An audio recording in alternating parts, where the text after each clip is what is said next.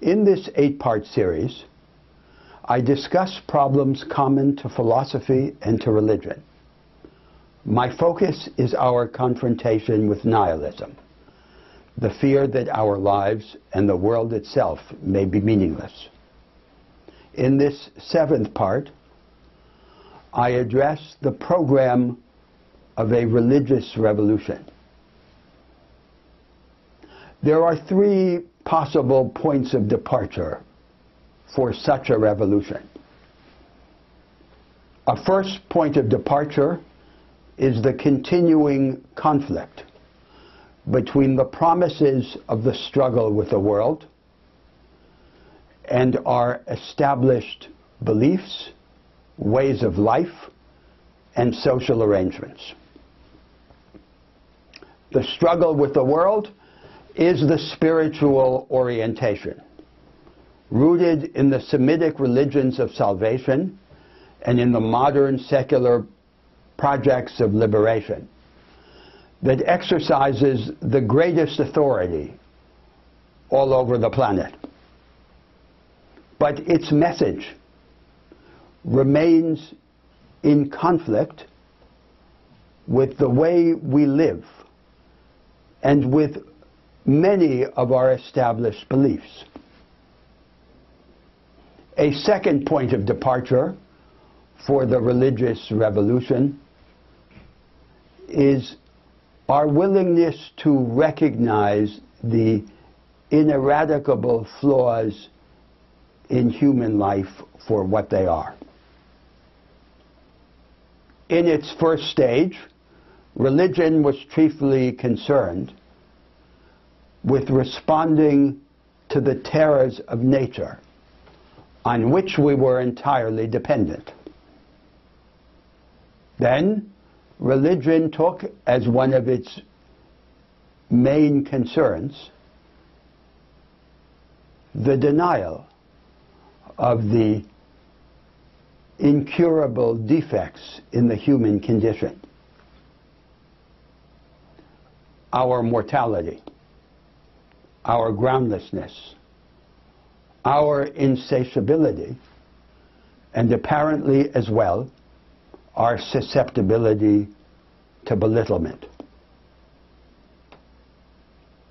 A new moment in the religious history of mankind would begin when we renounce this temptation to deny the flaws in human life. A third point of departure for the religious revolution has to do with the fourth of these defects, our susceptibility to belittlement. The set of beliefs that exercises the greatest authority around the world promises to humanity elevation to a higher life, if not to eternal life, a greater share in the attributes that we ascribe to divinity. It is not only the Near Eastern religions of salvation, Judaism, Christianity, and Islam, that make this promise. It is also the secular projects of emancipation, the political programs of democracy, liberalism, and socialism, and the cultural revolutionary program of the Romantic movement, especially in the form of the worldwide popular romantic culture, with its message that every ordinary man and woman is godlike.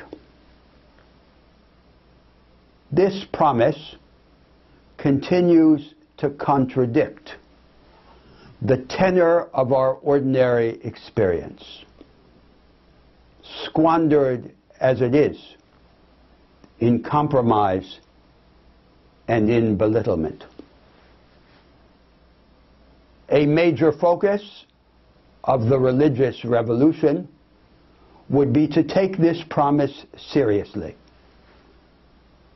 and to ask how it can be translated into forms of consciousness, into orientations to existence, and into ways of organizing society. A religious revolution that begins from these 3 points of departure can take either a sacred or a profane form.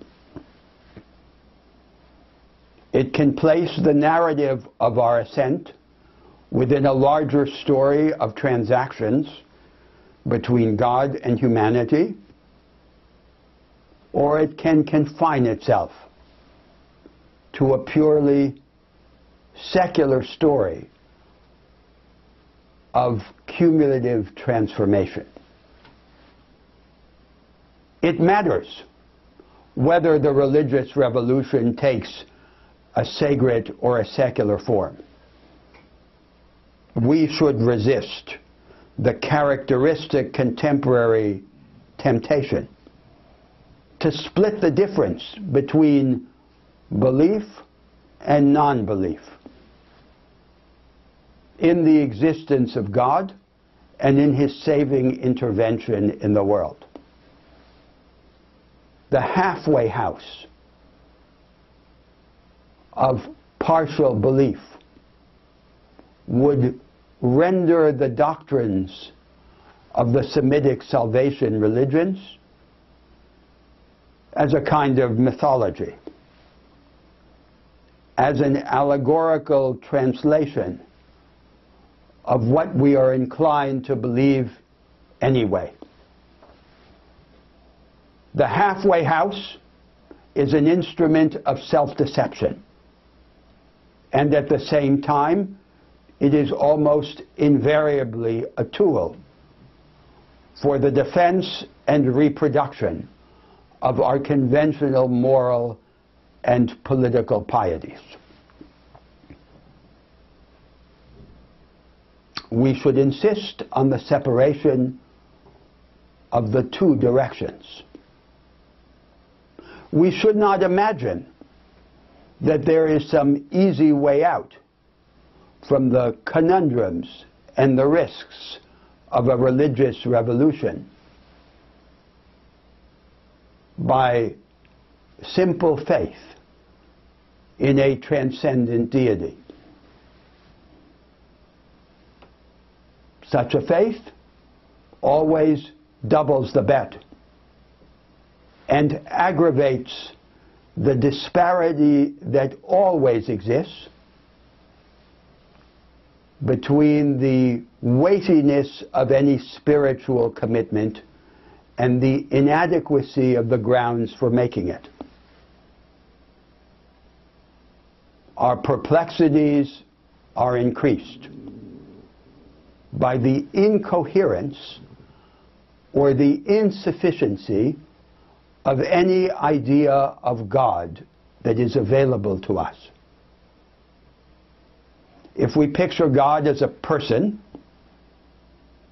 and our relations to Him by analogy to the interactions among individuals, we run the risk of a crude anthropomorphic projection of our longings and fears. If we imagine God as impersonal being, we run the risk of reducing Him to the natural world and thus making Him superfluous. And if we take refuge in the residual conception of God as a non-person and non-being, we simply represent as idea what is in fact the failure of the intellect. But suppose we were to extend the sacred track of the religious revolution. What in general would be its form, and specifically its form in the future of Christianity. It would require a radical development or renovation of the theology of redemption, of incarnation, or of immanence. Against the risks of Pelagianism, the view that salvation occurs solely within history, stand the risks of world abandonment, to which the Semitic religions of salvation have always been and remain susceptible. If salvation is possible at all, although extending beyond history, it must begin now. And the divine must live within the world. And its indwelling in the world must be manifest in a series of moral and political transformations. The presence of the divine within the world makes it possible for us to distance ourselves from the established structures and to accelerate the dialectic between engagement in circumstance and transcendence over context that is the defining attribute of our humanity. In this intervention, I want chiefly to outline the program of a religious revolution in a profane form, or at least in a form that is neutral between belief and non-belief in a larger narrative of transactions between God and humanity.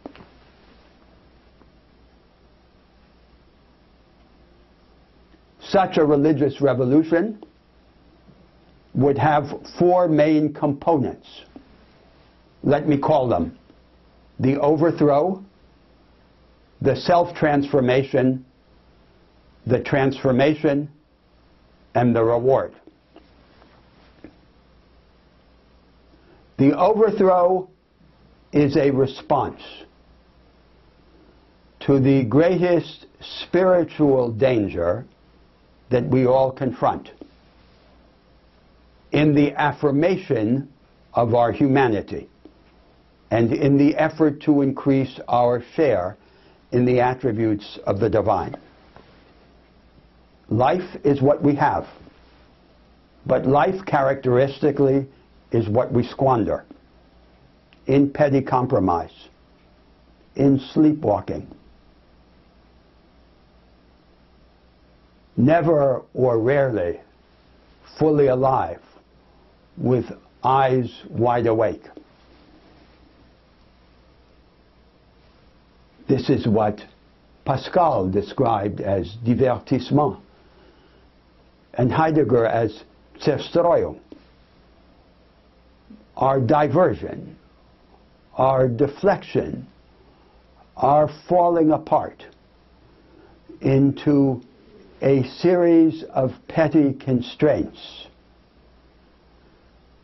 and accommodations that deprive us of the supreme good of vitality and allow us to die many small deaths.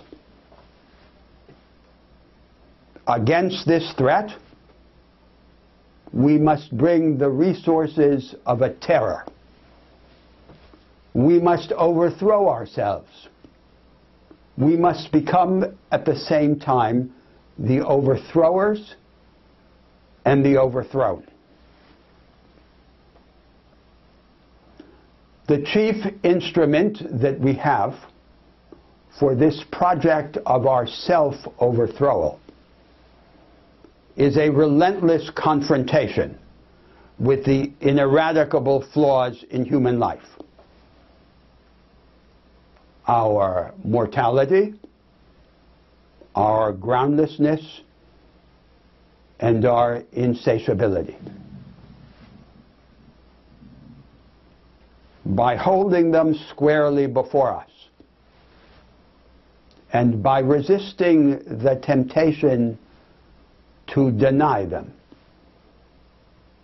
we steel ourselves against the inclination to compromise and to belittlement.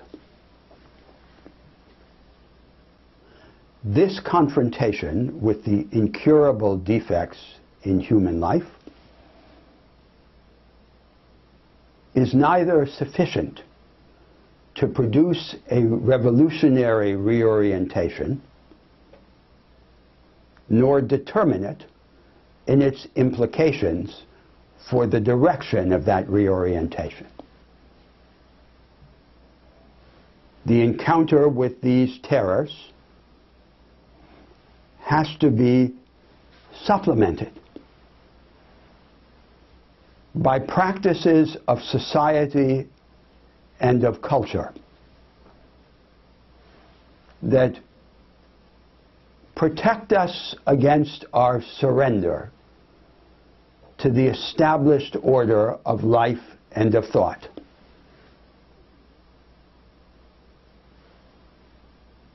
We should diminish the distance between the ordinary moves that we make within a framework of arrangements and assumptions that we take for granted, and the extraordinary moves by which, from time to time, under the provocation of crisis, we challenge and change pieces of this framework.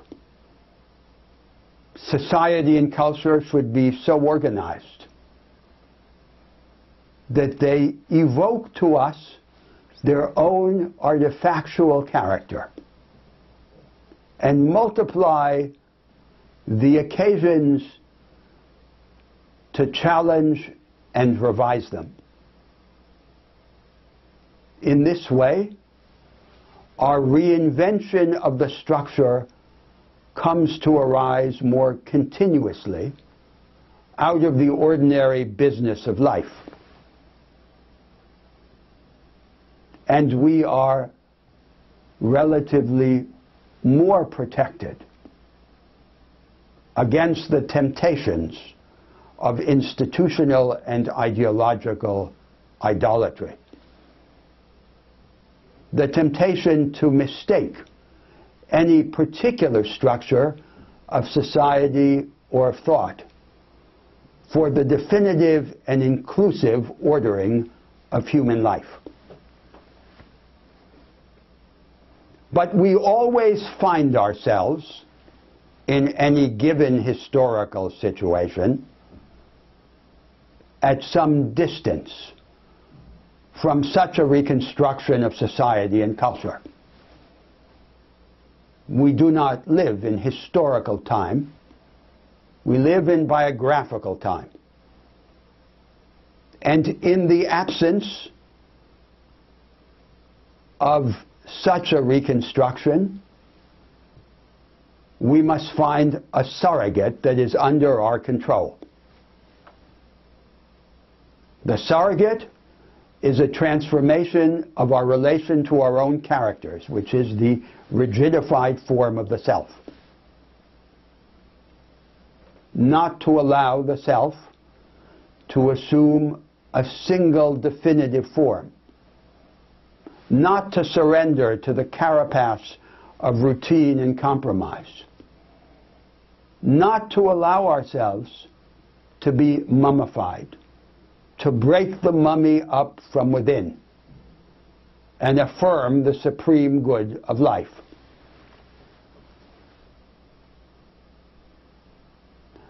Just as the overthrow achieved through a confrontation with the inexorable defects of human existence is insufficient to produce the liberation that we require, so too it is indeterminate in its implications for the course of a religious revolution.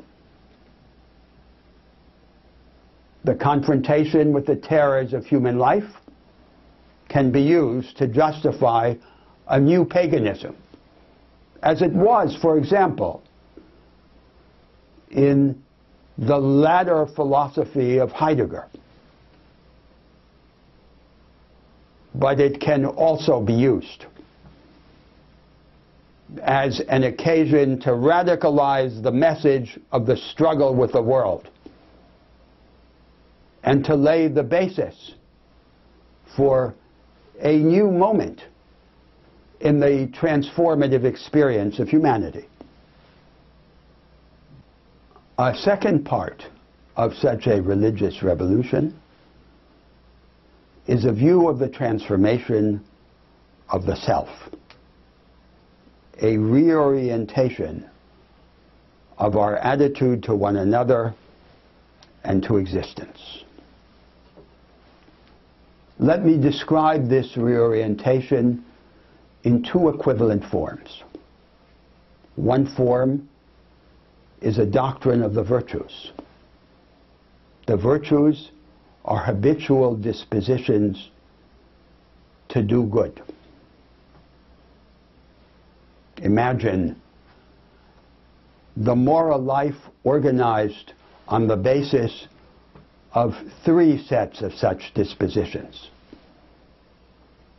First come the pagan virtues, the virtues of connection. The problem to which they respond is our temptation to imagine ourselves, each of us, as being the center of the world. The virtues of connection, fairness and forbearance and respect free us from this false centrality. And in this work, they are supported by the enabling virtue, courage, the virtue that makes all others fertile. Then there is a second set of virtues, the virtues of emptying out, of what the patristic theologians called kenosis. The problem that they address is our tendency to surrender to the unimportant, to confuse the peripheral with the central. The virtues of kenosis are simplicity, attentiveness, and enthusiasm.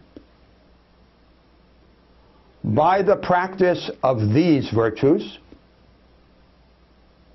we ready ourselves for the more important, which is the affirmation of the good of life and the increase of our share in the attributes of divinity. Then the third set of virtues are the virtues of divinization. The problem that they seek to solve is our failure to recognize ourselves as the embodied, death-bound, but transcendent spirits that we are, uncontained and unaccommodated by all particular contexts. The virtues of divinization are openness to the new and openness to the other person. A life lived under the aegis of the virtues of divinization is a life in which we cast down our shields and replace serenity by searching. Instead of trying to stay out of trouble, as the philosophers have generally advised us to do, we look for trouble. Now here is a second formulation of the doctrine of self-transformation, defined in relation to the mind. The mind is not just a machine. It is not just modular and formulaic. The mind is also an anti-machine. As an anti-machine, it is not modular, it is not formulaic. It displays a power of recursive infinity to combine everything with everything else in indefinite numbers of ways, and exhibits a faculty of negative capability, as the poet called it, to transgress and to transcend all of its own presuppositions, to see, to experience, to produce more than can be prospectively justified or countenanced by the established forms of life and of thought. The higher life to which we aspire is the life that affirms this second aspect of the mind, the imagination over the first, the anti-machine over the machine, in such a way that we come to live life as surprise. Santayana once said of William James, he was so extremely natural that there was no way of telling what his nature was or what came next.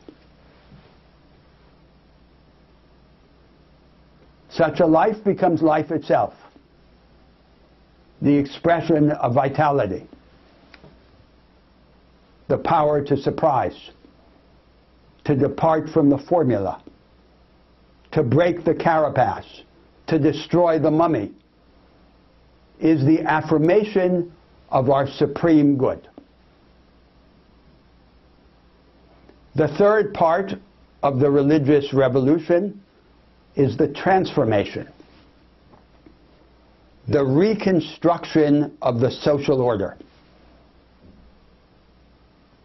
Inadequate in its present form to a being that aspires to a higher life and insists on the attempt to increase its share in the attributes of divinity. Even the freest and most equal contemporary societies are deficient as the home for such a being in at least 4 ways. First, they are deficient because in their practical organization, especially in the organization of their economic life, they deny opportunity and capability to the mass of ordinary men and women. And they condemn the majority of people to undertake work, repetitious work, that should best be done by machines. To overcome the hierarchical segmentation of the market economy, we must reinvent the market economy in its institutional form. It is not enough to regulate it. It is not enough to compensate for its inequalities through redistributive tax and transfer. It is necessary to multiply its legal and institutional arrangements in such a way that more people have more access to more markets in more ways, in such a fashion that the market economy comes to be a permanent experiment in the forms of practical cooperation and in the regimes of production and of exchange. The second defect of even the freest and most equal contemporary societies is that they organize democratic politics in a fashion that continues to make change depend upon crisis. The rule is no trauma, no transformation. Representative democracies would have to be reorganized as high-energy democracies through institutional innovations that increase the temperature of politics, that is to say, the level of organized popular engagement in political life, and hasten the pace of politics, the facility for the rapid practice of decisive experiments, the transformation of social life by political action. A third defect of the contemporary societies, as the home of a spirit in search of a larger life, is that they continue to make social solidarity depend on the weak basis of money transfers, as in social entitlement programs. Our assent requires an intimate combination of self-construction and collaboration. No one saves himself. A higher life is possible only in a society in which social solidarity comes to have a basis stronger than money transfers. The only adequate practical basis for social solidarity is direct responsibility to take care of other people outside the boundaries of one's own family. Every able-bodied adult should have both a position in the production system and a responsibility to take care of others outside his own family. The very young, the very old, the infirm, the needy, and the desperate. A fourth defect of the contemporary societies, as the setting for an agent who seeks to become more godlike, is the inadequacy of the education that they provide. The role of the school is to be the voice of the future, not the instrument of the state or of the family, and to recognize in every child the tongue-tied prophet. It is not enough for education to be analytical rather than informational, for it to use information selectively as an instrument of analytic capability, and to repudiate superficial encyclopedic coverage, for it to affirm cooperation in teaching and in learning, as opposed to the combination of individualism and authoritarianism. It is also necessary for education to be dialectical. Every subject, every discipline, every method must be taught from at least two contrasting points of view, the only way to free the mind from superstition. these four sets of transformative projects: the democratization of the market economy, the deepening of democracy, the development of a practical basis of social solidarity stronger than money,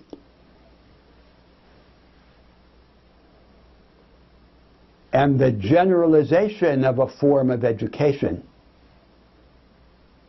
capable of freeing the mind from superstition and servility, converge to the same outcome. The outcome is the creation of a structure of no structure, a way of ordering social and cultural life that invites its own revision and that dissolves the mendacious semblance of naturalness and necessity. The fourth part of this program of religious revolution is a view of the reward. The reward for the overthrow, for the self-transformation, and for the transformation. The reward is not eternal life. The reward is life itself. Life lived while we have it. To be able to engage in a social world single-mindedly and wholeheartedly without surrendering to it. Because it will no longer require from us surrender as the price of engagement. To connect with other people at the extreme in personal love, but more generally through cooperation, without paying for connection the price of subjugation and surrender of individuality. To change our relation to our own selves so that we no longer need to surrender to the character as the mummified, rigidified form of the self, but break the mummy apart and continue to live life as a search. And to resist the dominion of all the categorical schemes that distance us from the manifest world, from the splendor, from the radiance, from the diversity of the phenomena around us. To relativize all of these categorical schemes by viewing the actual from the standpoint of the possible, the adjacent possible, what we can do next, the cosmos viewed under the prism of the imagination.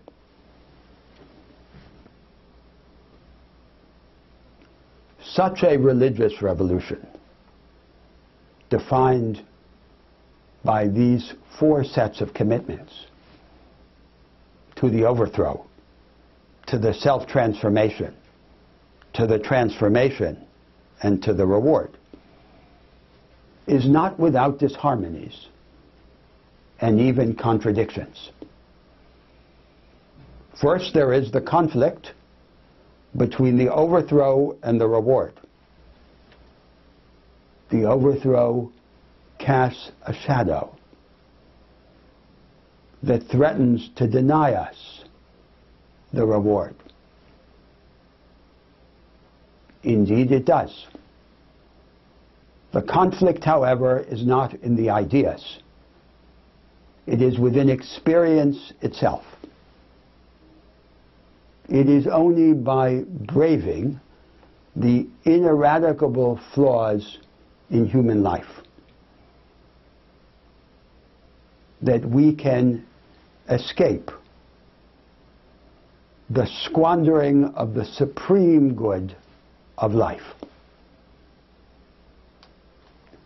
Then there is the contradiction between the reward on one side and the self-transformation and transformation on the other. The self-transformation requires searching without end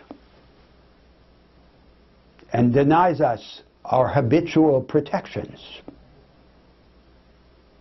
The transformation commits to practices and arrangements that push us towards such a search rather than protecting us against it.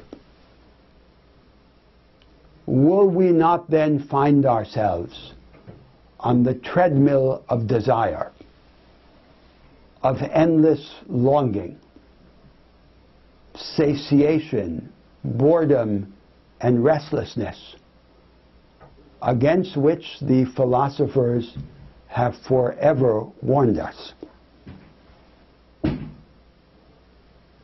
There is no alternative to this risk. It is the price that we must pay for the hope of our ascent. We shall soon die and waste away and be forgotten, although we feel that we should not. We shall die without having understood what this strange world and our place within it are really about. Our religion should begin in the recognition of these terrifying facts rather than in their denial. It should arouse us and it should teach us to change our societies and ourselves so that we become, all of us, not just a happy few, bigger as well as more equal. Then, so long as we live, we shall have a greater life and draw further away from the idols, but closer to one another, and be deathless temporarily.